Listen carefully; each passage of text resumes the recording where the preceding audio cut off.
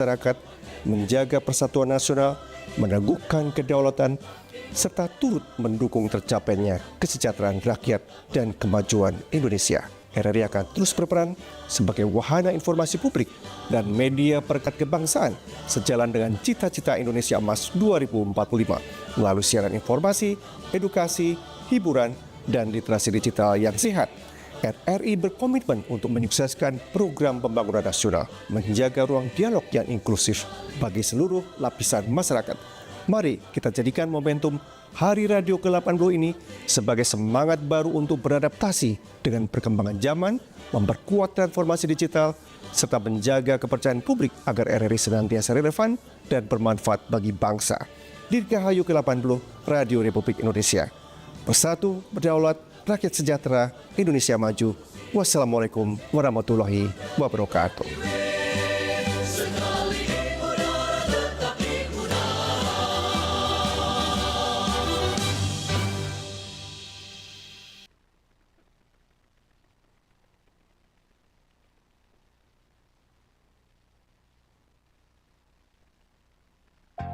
Ajang Bintang Radio Indonesia tahun 2024. Rocky baru di Sniper dengan suara emasnya telah berhasil meraih juara 2 Bintang Radio tingkat nasional. Dan sekarang giliran kamu. Kini, Ajang Bintang Radio tahun 2025 telah dibuka. Pendaftarannya sampai 30 Agustus 2025. Syarat pendaftaran berusia 16 sampai 25 tahun dan wajib memiliki BPJS atau asuransi jenis lainnya. Pendaftaran gratis, cukup klik bit.ly/pendaftaran Binrat 2025. Untuk informasi selengkapnya, kunjungi Instagram official kami @rri_Makassar. Jangan lewatkan kesempatan emas ini untuk menjadi bagian Bintang Radio Indonesia tahun 2025.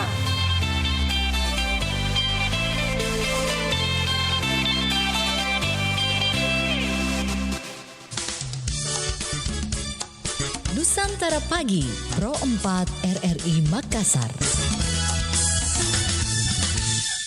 Assalamualaikum warahmatullahi wabarakatuh dan selamat pagi sahabat budaya di mana saja berada. Kita berjumpa di pagi hari ini dan di obrolan komunitas. Alhamdulillah saya sudah bersama dua dokter cantik saya dan hari ini kita akan bicara tentang rahasia anak bebas karies dan kita coba dulu berkenalan dengan kedua dokter cantik ini. Kita menyapa ada Riksa Zuhri BSKG, juga ada Nabila Ainun Anissa SKG. Kita menyapa, Assalamualaikum, selamat pagi dokter berdua. Selamat pagi. Apa kabar? Baik, berdua ya, Alhamdulillah. Mereka masih muda sahabat budaya dan pagi hari ini membawa keceriaan buat kita karena di obrolan komunitas ini kita bicara tentang kesehatan gigi dan mulut, rahasia anak bebas karies. Oke, nah mungkin kita ke yang jawab dulu. Ini ada siapa ya? Riksa akan menjawab apa yang dimaksud gigi karies. Nanti mungkin bisa dijelaskan dan bisa ditambahkan oleh Nabila. Silakan. Baik, berbicara dengan tentang gigi karies. Jadi gigi karies itu adalah suatu bentuk gigi yang mengalami kerusakan diakibatkan oleh bakteri atau penumpukan plak. Jadi penumpukan plak itu dia dari sisa-sisa makanan yang tidak dibersihkan dan akan mengakibatkan gigi kita berlubang. Itulah yang dimaksud dengan gigi karies. Oke. Tapi pernah dokter Riksa mengalami hal tersebut? Untuk diri saya sendiri, saya belum pernah mengalami gigi karies karena saya dari kecil itu diajarkan untuk bagaimana cara merawat dan membersihkan gigi. Oh, cocok jadi dokter gigi. Baiklah, kita ke Nabila. Nabila sama mungkin apa yang dimaksud dengan gigi karies dan juga adakah pengalaman waktu kecil juga Nabila pernah mengalami gigi karies? Oke, Kak. Silakan. Kalau untuk gigi karies sendiri itu untuk orang awamnya saja itu kita kenal sebagai gigi berlubang. Nah, kalau misalnya faktor-faktor penyebab dari gigi karies itu ada banyak. Kan? Terus untuk yang waktu kecil sebenarnya pernah. Pernah. Oh. Jadi pernah rasakan yang namanya gigi karies atau gigi berlubang. Begitu. Iya. Jadi wajar jadi dokter gigi juga. Gitu. Yang satu tidak pernah tapi dia mau jadi dokter gigi, yang satu sudah pernah makanya mau jadi dokter gigi. Oke. Baiklah. Nah, boleh tahu untuk Riksa dan juga Nabila. Ini penyebab utama gigi karies itu apa sih, dan juga usia berapa itu mulai muncul, Dok? Silakan. Baik, kalau mengenai jadi apa sih penyebab terjadinya gigi berlubang ini? Jadi penyebabnya itu yang paling utama yaitu dari makanan dan minum yang manis-manis seperti coklat atau gula-gula. Itu menjadi faktor penyebab terbesar terjadinya gigi berlubang. Oke. Nabila mungkin ada yang mau ditambahkan, Nabila? Untuk faktor-faktornya itu kan tadi saya bilang multifaktorial ya Kak. Itu yang seperti teman saya bilang, salah satunya itu makan makanan yang manis, seperti permen atau coklat, dengan kebiasaan sikat gigi yang kurang baik. Begitu. Iya. Oke, baiklah. Nah, buat berdua lagi kembali, apakah setiap anak itu mesti mengalami permasalahan gigi karies begitu? Oke, silakan. Nabila dulu lah, baru nanti kembali ke Riksa. Silakan. Oke, untuk setiap anak itu tidak selalu mengalami. Jadi tergantung bagaimana caranya orang tua si anak ini memberikan memberikan Pelajaran gitu ya. pelajaran atau Menyuruh. membiasakan si anak untuk menyikat gigi. Terus bagaimana si orang tuanya ini mengkontrol anaknya untuk konsumsi makanan yang manisnya. Nah, jadi kalau misalnya orang tuanya itu mengkontrol anaknya dengan konsumsi makanan yang manis, itu bisa mencegah terjadinya karies atau gigi berlubang itu. Gitu. Jadi tidak setiap anak pasti mengalami. Oh, jadi beda-beda ya begitu ya. Beda-beda, iya. Oke. Baik, ke Dokter Riksa. Oke, silakan tambahkan. Baik, kalau tentang anak Ya, dia apakah pernah, maksudnya setiap anak apakah mesti mengalami permasalahan gigi jadi karies? sebenarnya yang berperan penting ini dalam pencegahan gigi berlubang atau karies ini adalah orang tua, di mana kita dapat memberikan contoh untuk setiap anak yang sebelum sesudah makan itu melakukan sikat gigi, atau setiap sudah minum susu itu giginya disikat. Itu sebenarnya orang tua sangat diperlukan untuk bagaimana caranya dia bisa mengontrol kesehatan gigi anaknya itu agar dia terhindar dari gigi berlubang ini. Begitu ya. Oke. Nah, karies apakah bisa dihilangkan, Dok? Serta ada berapa tipe karies itu sendiri? Oke. Usia berapa biasa yang kena karies ini? Anak-anaknya biasanya pengalaman Nabila dan Riksa. Biasa kalau untuk usia berapa terjadinya karies itu kan anak-anak tumbuh gigi itu usia 6 tahun. Nah, kalau misalnya giginya ini tidak dirawat, nah mulai dari umur itu juga bisa menyebabkan karies atau gigi berlubang. Oke. Nah, tadi apakah karies itu bisa dihilangkan, Dok? Serta ada berapa tipe karies itu sendiri? Nah, kalau misalnya untuk kariesnya ini sebenarnya bisa dihilangkan, bisa diobati dengan ke dokter gigi, seperti dilakukan penambalan. Terus untuk tipe-tipe karies itu di kami sendiri itu ada beberapa klasifikasinya secara medis. Tapi untuk yang orang awamnya mungkin bisa kita lihat dari seberapa besar gigi berlubangnya, seperti itu. Gitu. Oke. Baik, Riksa mungkin ada yang mau ditambahkan, silakan. Jadi untuk tipe-tipe karies itu biasa juga dia dilihat dari rasa sakit yang diderita oleh anak. Jadi biasa itu ada di giginya lubang, tetapi anak ini tidak rasakan sakit apapun. Oh, ada begitu. Iya. Oh. Jadi itu bisa dilakukan penambalan untuk perawatannya agar dia tidak sampai di saraf gigi. Nah, kalau mengenai di saraf gigi itu biasa anak-anak itu rasakan sakit. Jadi untuk perawatannya sebelum anak rasa sakit tetapi ada giginya lubang itu sebaiknya dilakukan penambalan. Begitu. Oke, jadi ada beberapa tipe begitu ya. Oke, baiklah. Nah, kembali lagi, anak bebas karies nih sebenarnya, apakah memungkinkan dok yang dilakukan? Mohon penjelasannya. Silakan dok. Apakah memungkinkan anak-anak itu bebas dari karies begitu? Ya, silakan. Oh, mungkin Riksa dulu lah. Oke. Silakan. Jadi untuk apakah memungkinkan anak bisa bebas karies?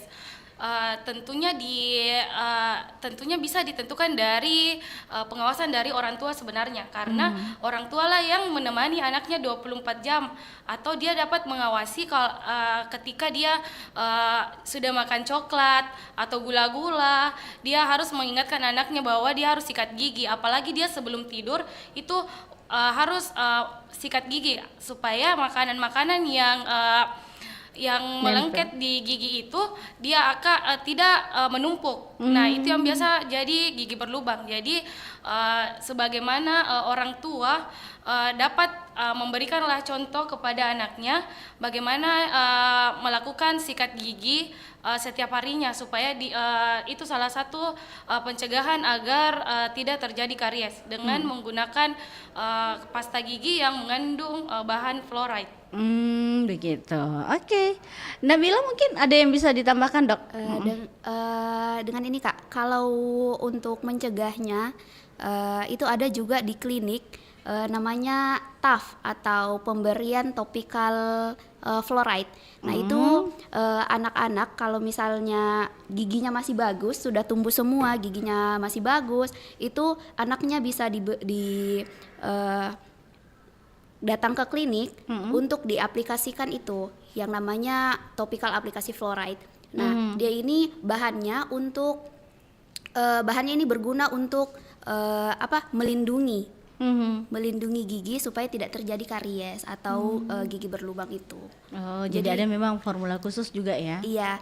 Terus sebenarnya kalau misalnya tidak ke klinik juga pastikan menggunakan pasta gigi atau odol yang punya kandungan-kandungan fluoride. Nah, itu juga salah satu upaya supaya tidak terjadi karies ini. Begitu. Oke. Baiklah, kita jeda dulu. Nanti kita akan kembali sahabat budaya saat lagi selepas yang berikut ini. Halo Mister, where are you from? Bicara bahasa Indonesia saja. Wah Mister, bisa bahasa Indonesia ya? Bisa dong, saya tahu banyak Indonesia. Kalau Mister tahu Indonesia, coba aku tanya nih, siapa presiden pertama Indonesia? Soekarno, benar? Bener Mister. Wih, aku tanya lagi nih ya, apa lambang negara Indonesia? Burung Garuda ya? Wih, Mister, saya bangga deh jadi orang Indonesia. Kalau kamu bangga, saya balik tanya. Kamu tahu Pulau Kanawa di mana? Di mana ya? Pulau Bitan tahu?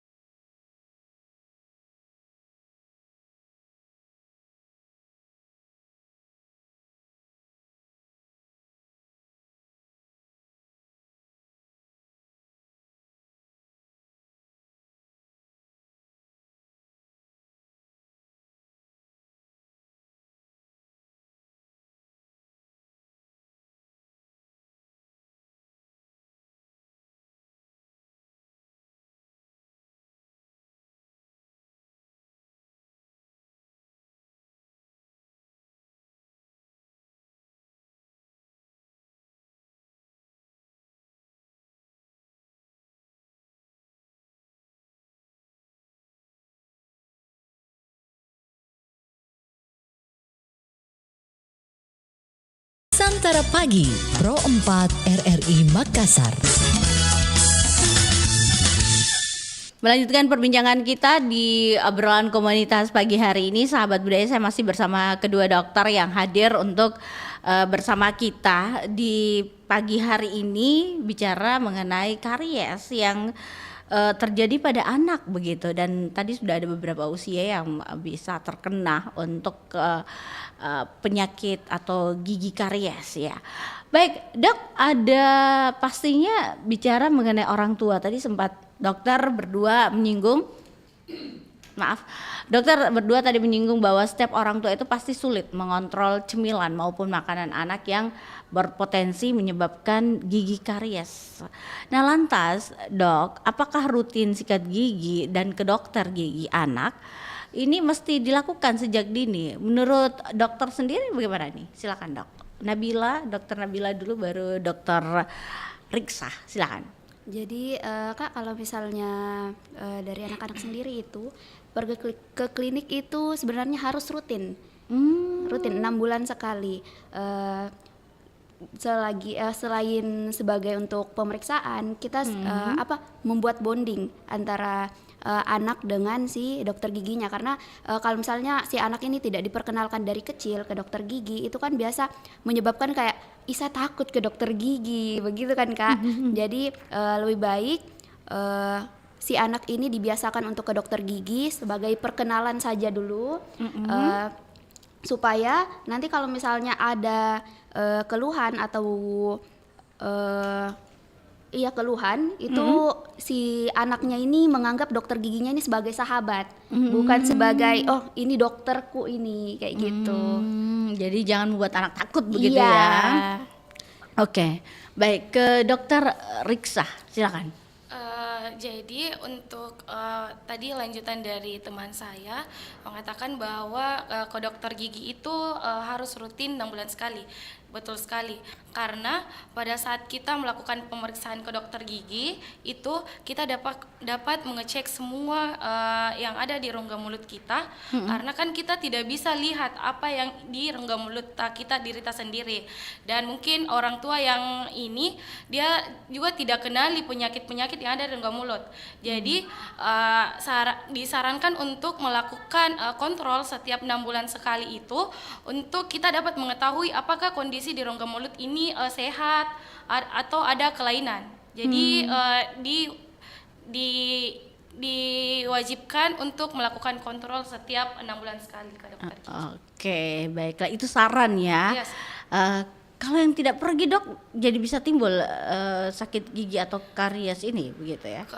Kalau masalah tidak rutin kontrol ke dokter gigi, itu bisa dikembalikan kepada anak-anaknya atau orang tua, bagaimana dia caranya mengajar kepada anaknya ini cara membersihkan atau menyikat gigi yang benar, dengan atau bisa juga dia mengontrol makan kayak manis-manis ataupun coklat. Begitu, habis makan coklat minum air gitu ya. Kumur-kumur ya dok ya. Begitu ya dok ya. Oke. Baiklah dok, apakah ada perbedaan antara gigi karies dan gigi berlubang, dokter Nabila? Silakan. Untuk perbedaan dari gigi karies dengan gigi berlubang itu sebenarnya tidak ada Kak.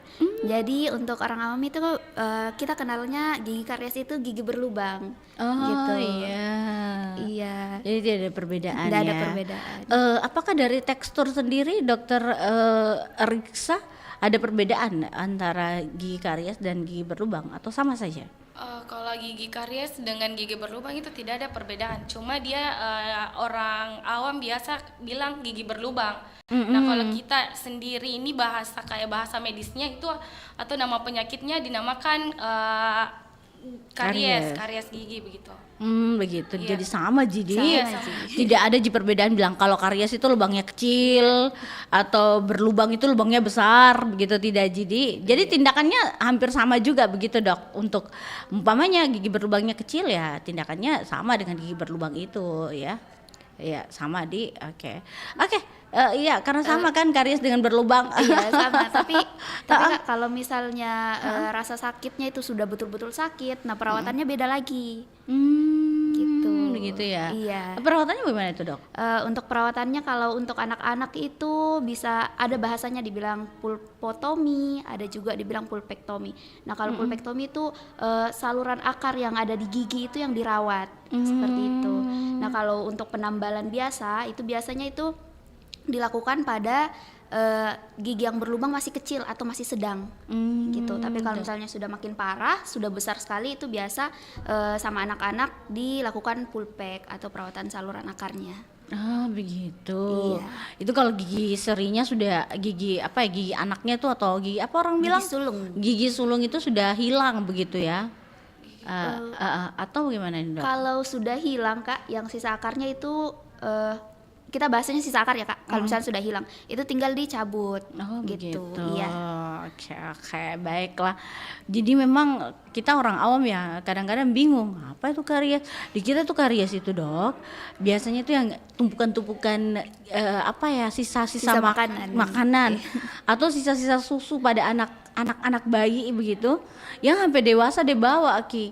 Ini itu Minda bilang orang giginya terasi begitu ya, istilahnya begitu ya. Dia jadi dikiranya seperti itu tapi ternyata sama. Ci. iya. Oke, baiklah. Jadi cocok Mi kalau orang tua dulu bilang gini, kalau ada itu anak-anak giginya atau sudah mulai busuk Mi di samping dia masih anak-anak balita begitu. Itu busuk Mi bilang, ih gigi terasi Ki. Itu istilahnya orang awam begitu ya Dok ya. Baik, nah Dok, apakah gigi karies itu mesti dicabut begitu? Tadi ada sedikit disentil-sentil, mungkin bisa dilanjutkan Dokter Rizky dulu atau Dokter Nabila? Oke, Dokter Rizky, silakan. Dokter Rizky. Baik, apakah gigi berlubang itu atau karies itu harus dicabut? Jadi ada beberapa macam karies. Beberapa macam karies itu tidak langsung dilakukan pencabutan. Nah, contohnya itu apabila dia giginya berlubang parah dan anak ini sudah tidak merasakan sakit lagi, itu namanya giginya sudah mati atau di bahasa medis kita nekrosis, mati Mi. Jadi itu langsung tidak ada perawatan yang bisa dilakukan pencabutan. Nah, kecuali anak bisa merasakan sakit hebat. Ya, itu masih bisa dilakukan seperti tadi yang dikatakan, itu dilakukan perawatan pulpektomi. Itu dirawat di bagian saluran akarnya. Iya. Jadi setiap gigi itu tidak harus langsung dicabut. Ada lubang langsung dicabut, tidak. Ada beberapa kondisi itu gigi itu masih bisa dipertahankan. Begitu ya. Jadi goyang sekali Pi baru bilang cabut Ki. Oke. Nabila boleh ditambahkan Dok? Ini Kak, ada tuh bahasanya yang bisa dipertahankan lebih baik dipertahankan kan gitu. Nah, jadi kalau misalnya gigi yang masih gigi berlubang yang besar tapi masih bisa dipertahankan, lebih baik dipertahankan dengan dilakukan perawatan saluran akar. Nah kalau misalnya beda lagi, kalau misalnya kan gigi dewasa itu biasa tiap anak pasti akan tumbuh gigi dewasanya. Nah kalau misalnya gigi dewasanya itu sudah mulai tumbuh tapi masih ada gigi anaknya yang berlubang, itu harus dicabut. Iya. Dan ketahuan itu Dok? Iya, bakal ketahuan. Terus kalau misalnya sisa akar itu harus dicabut.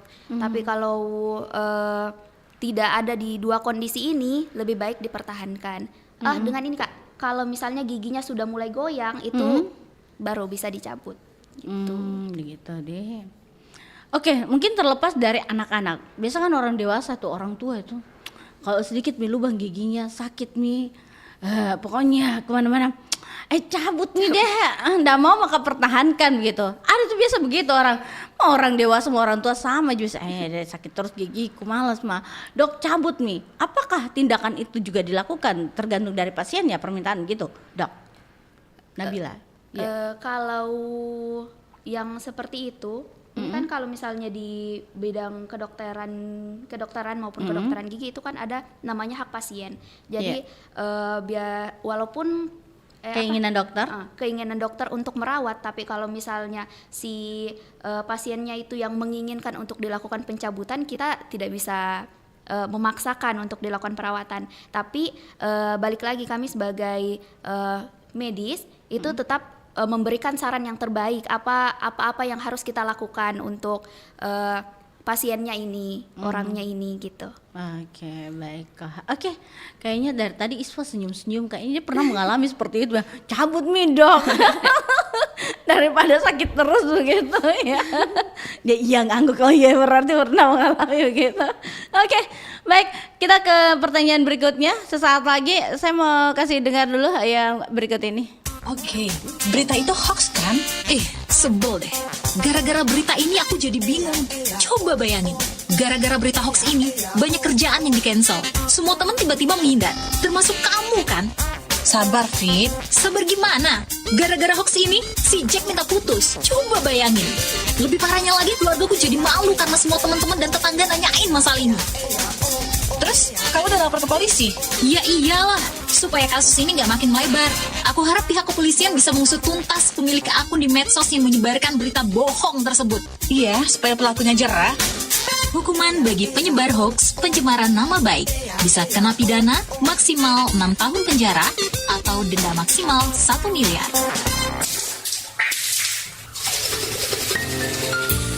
Pendengar, sebenarnya kebiasaan membersihkan gigi dan mulut sudah lama dilakukan orang sejak ratusan tahun lalu. Tapi tahukah Anda, sikat gigi modern yang biasa kita gunakan sekarang pertama kali diciptakan oleh seorang napi di dalam penjara? Iya, pria bernama William Edis tak sengaja menciptakan sikat gigi saat berada di penjara Inggris pada tahun 1770. Saat berada dalam penjara, suatu pagi Edis membersihkan giginya dengan menggunakan kain lap. Tiba-tiba, Edis mendapatkan ide cemerlang. Sepotong tulang ayam yang baru saja disantapnya memberikan ide baginya untuk menciptakan sikat gigi. Ia pun memasang bulu hewan di ujung tulang yang telah dilubangi sebelumnya. Bulu hewan tersebut ditempel dengan menggunakan lem. Jadilah penemuan sikat gigi sederhana pada saat itu. Setelah dibebaskan dari penjara, Edis mulai menjalankan bisnis pembuatan sikat gigi. Ternyata, sikat gigi buatannya laris manis. Ia pun menjadi kaya raya dengan bisnis sikat giginya tersebut. William Edis tercatat sebagai orang pertama yang menciptakan sikat gigi dalam jumlah yang banyak pada tahun 1780. Edis juga mampu mempekerjakan banyak orang di perusahaan miliknya.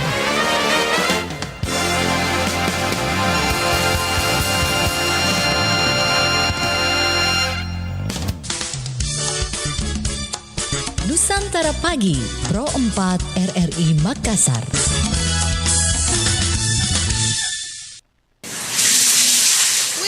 Pakai air mbok yang hemat. Masa cuci muka aja bak sampai tinggal setengah gitu? Biar bersih nih. Bersih kan sebagian dari iman. Lagian nih airnya banyak tahu. Ya, kalau boros gini lama-lama air juga habis. Tar listrik padam baru tahu rasa. Udah mau mandi. Kamu udah kayak cerdas cermat. Ada soal ada jawab. Biarin.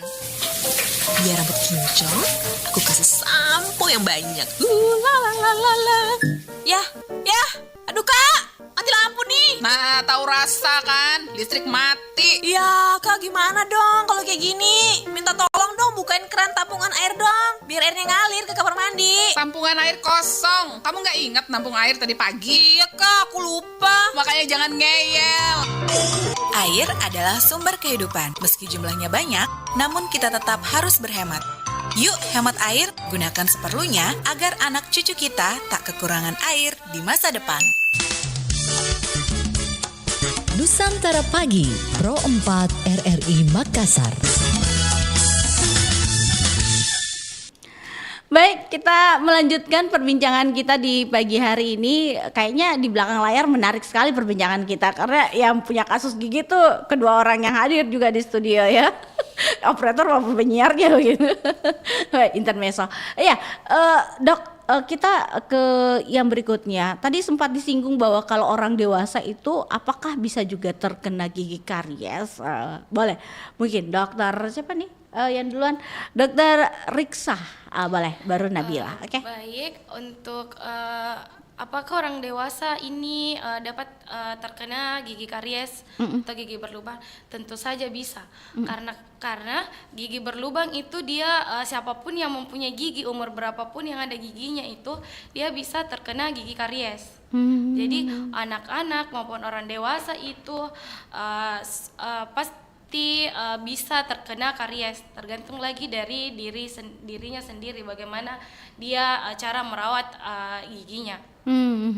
Oke, baik. Dokter Nabila, mungkin bisa ditambahkan, silakan. Betul sekali yang dibilang sama teman saya tadi Kak, bahwa setiap orang yang punya gigi pasti itu punya kemungkinan untuk mengalami karies atau gigi berlubang. Jadi tergantung bagaimana caranya si orang ini merawat, bagaimana caranya dia bisa maintenance dirinya sendiri buat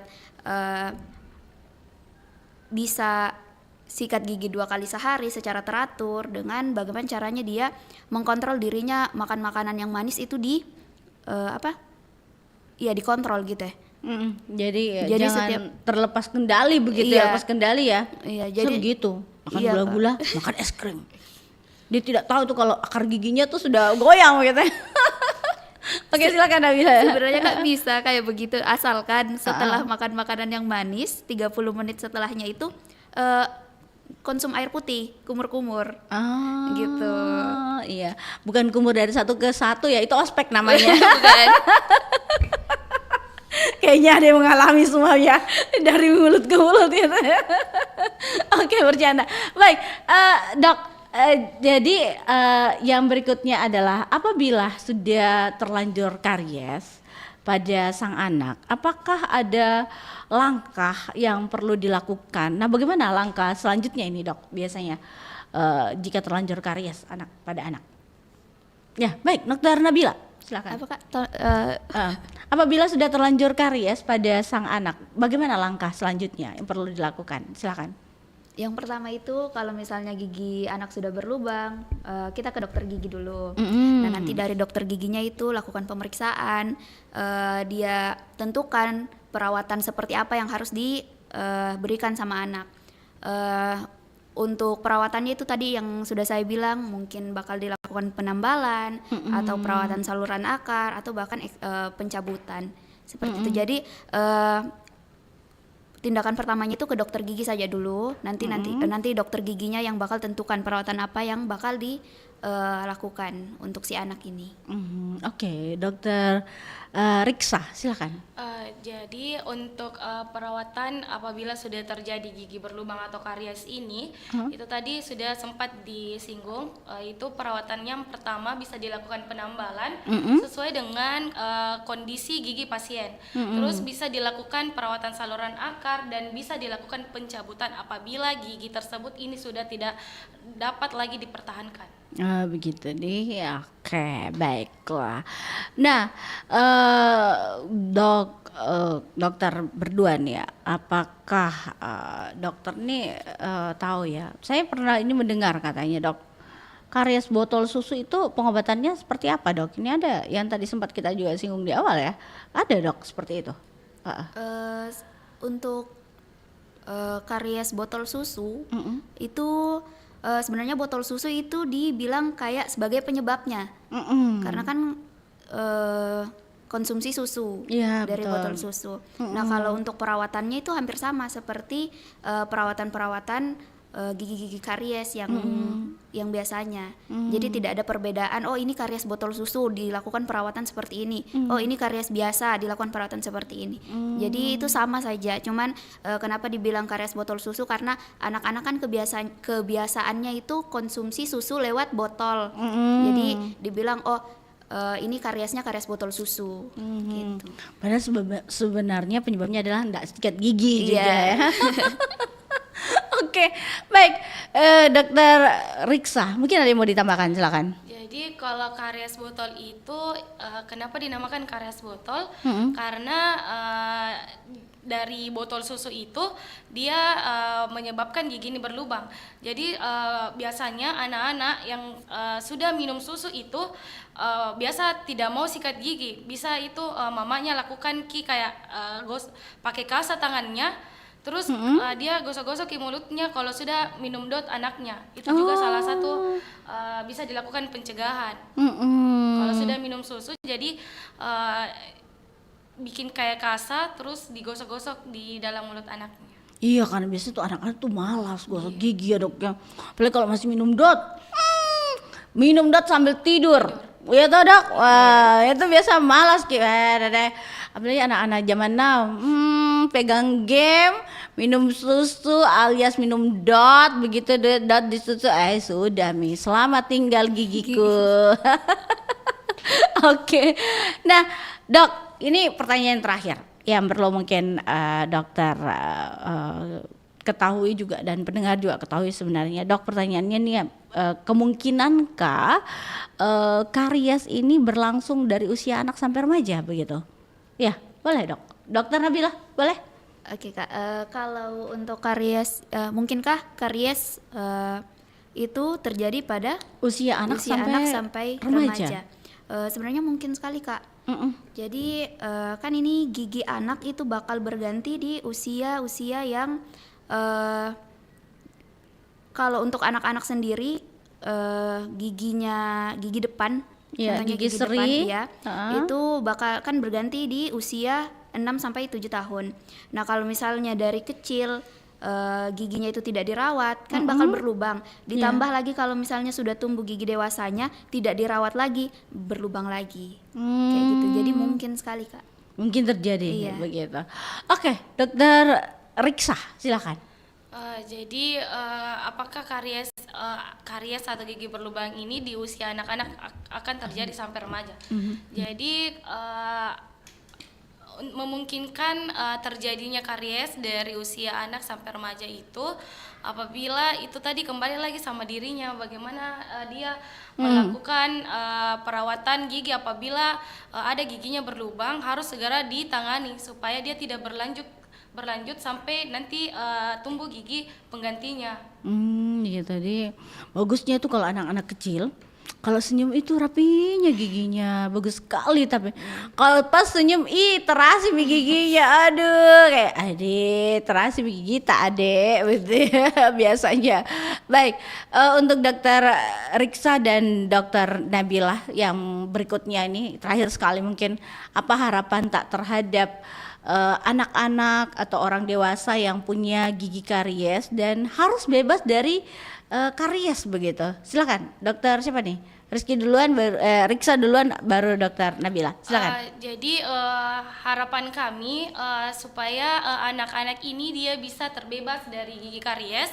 Yang pertama itu lakukan edukasi kepada anak untuk melakukan sikat gigi 2 kali sehari sesudah sarapan dan sebelum tidur.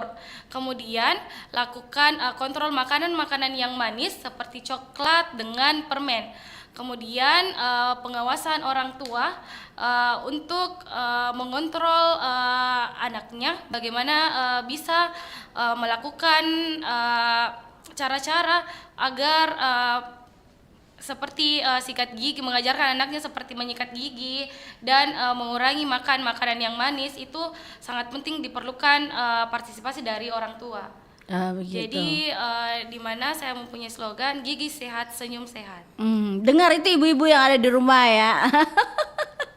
Biasanya ibu-ibu tuh sudah kasih tahu anaknya, anak-anaknya bilang sebentar Pi, nanti Pi. Iya. Oke, Dokter Nabila silakan mungkin apa harapannya untuk kita yang terbebas lah dari gigi karies, mau dari anak-anak maupun orang dewasa. Silakan. Untuk harapan saya Kak itu yang pertama semoga edukasi tentang kesehatan gigi dan mulut itu terutama di Indonesia itu semakin berkembang. Terus yang kedua kita lakukan kontrol 2 kali dalam setahun, yaitu 6 bulan sekali. Terus kebiasaan untuk menyikat gigi itu semakin baik lagi, baik itu di orang dewasa maupun di anak-anak, karena saya yakin juga pasti ada beberapa biarpun orang dewasa itu biasa masih malas untuk sikat gigi, bahkan cuma 1 kali mungkin dalam sehari sikat gigi karena bentar pide begitu Kak. Terus apalagi di mungkin itu saja di Kak. Saya punya ini. Oke, baiklah. Terima kasih banyak untuk Dokter Riksah dan juga Dokter Nabila sudah hadir bersama kami di pagi hari ini. Semoga edukasi yang diberikan kepada kita bagaimana bebas dari karies ini menjadi pembelajaran lah bagi kita yang mendengarkan. Sampai jumpa, sukses untuk aktivitasnya dan kita akhiri. Assalamualaikum warahmatullahi wabarakatuh.